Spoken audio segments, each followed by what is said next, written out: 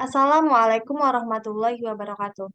Halo semuanya, perkenalkan nama saya Susi Susanti dengan nomor mahasiswa C1C021040. Pada video ini, saya akan menjelaskan materi tentang aspek keperlakuan pada akuntansi pertanggungjawaban. Dosen pengampu, Bapak Dr. Wirmi Eka Putra, SEMSI.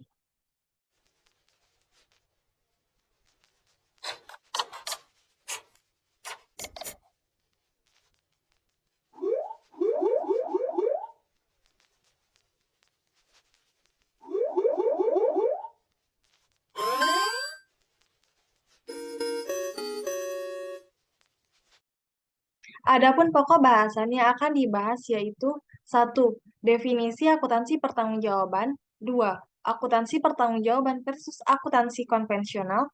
3. Jaringan pertanggungjawaban. 4. Jenis-jenis pusat pertanggungjawaban. 5. Menentukan pertanggungjawaban. 6. Perencanaan, akumulasi data, dan pelaporan berdasarkan pusat pertanggungjawaban. Dan yang ketujuh, asumsi keperlakuan dari akuntansi pertanggungjawaban. Bahasan yang pertama yaitu definisi akuntansi pertanggungjawaban.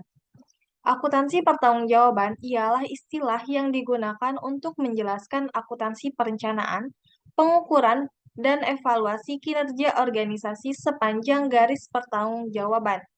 Tujuannya ialah memastikan bahwa individu-individu pada seluruh tingkatan di perusahaan telah memberikan kontribusi yang memuaskan terhadap pencapaian tujuan perusahaan secara menyeluruh.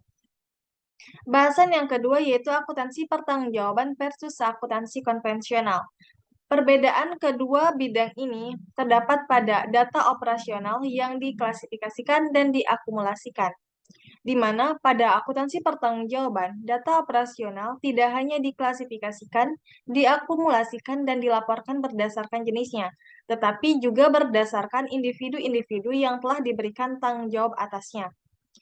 Berbeda dengan akuntansi konvensional, di mana data diklasifikasikan berdasarkan hakikat atau fungsinya, dan tidak digambarkan sebagai individu-individu yang bertanggung jawab atas terjadinya dan pengendalian terhadap data tersebut. Bahasan yang ketiga yaitu jaringan pertanggungjawaban. Struktur jaringan pertanggungjawaban yang efisien, tanggung jawab, dan lingkup dari wewenang untuk setiap individu, dari eksekutif puncak sampai ke karyawan di tingkat paling rendah dapat diciptakan dengan cara didefinisikan secara logis dan jelas. Jaringan pertanggungjawaban yang berfungsi dengan baik harus mengandung kesesuaian yang sempurna antara tanggung jawab dan wewenang di semua tingkatan. Bahasan yang keempat yaitu jenis-jenis pusat pertanggungjawaban. Pusat pertanggungjawaban dikelompokkan ke dalam 4 kategori, yaitu pusat pendapatan, pusat biaya, pusat laba, dan pusat investasi. Yang pertama yaitu pusat pendapatan. Pusat pendapatan akan berlaku jika tanggung jawab utama seorang manajer adalah pendapatan. Contoh dari pusat pendapatan meliputi departemen pemasaran, pusat distribusi, bagian barang jualan di toko serba ada, atau tenaga penjualan individual. Pusat pertanggungjawaban yang kedua yaitu pusat biaya. Pusat biaya merupakan bidang tanggung jawab yang menghasilkan suatu produk atau memberikan suatu jasa. Secara umum, pusat biaya dapat dibedakan menjadi pusat biaya teknik atau pusat biaya standar dan pusat biaya kebijakan. Pusat pertanggungjawaban yang ketiga yaitu pusat laba. Pusat laba ialah segmen di mana manajer memiliki kendali, baik atas pendapatan maupun biaya. Yang keempat yaitu pusat investasi. Manajer pusat investasi bertanggung jawab terhadap investasi dalam aset serta pengendalian atas pendapatan dan biaya.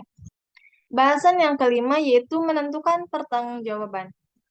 Sistem pertanggungjawaban yang efektif secara keperlakuan adalah menggambarkan pertanggungjawaban.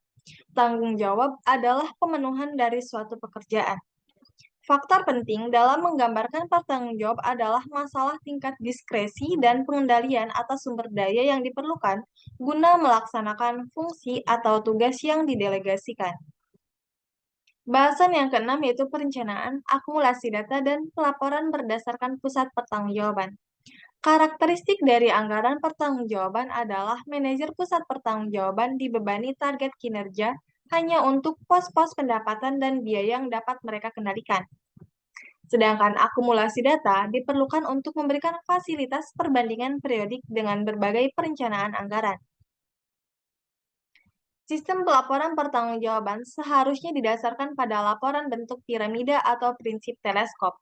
Hal ini berarti bahwa setiap manajer pusat pertanggungjawaban hanya akan menerima laporan pengendaliannya sendiri dan laporan terperinci tingkat rendah diterbitkan terlebih dahulu. Bahasan yang ketujuh yaitu asumsi keperilakuan dari akuntansi pertanggungjawaban. Berikut ada 5 asumsi keperilakuan yang terdapat pada akuntansi pertanggungjawaban. Yang pertama yaitu manajemen berdasarkan perkecualian mencukupi untuk mengendalikan operasi secara efektif. Yang kedua, manajemen berdasarkan tujuan akan menghasilkan anggaran, biaya standar, tujuan organisasi, dan rencana praktis untuk mencapainya. Yang ketiga, struktur pertanggungjawaban dan akuntabilitas mendekati struktur hierarki organisasi. Yang keempat, para manajer dan bawahannya rela menerima pertanggungjawaban dan akuntabilitas yang dibebankan melalui hierarki organisasi. Dan asumsi yang kelima yaitu sistem akuntansi pertanggungjawaban mendorong kerjasama dan bukan persaingan. Baik, cukup sekian materi yang bisa saya jelaskan. Saya ucapkan terima kasih. Wassalamualaikum warahmatullahi wabarakatuh.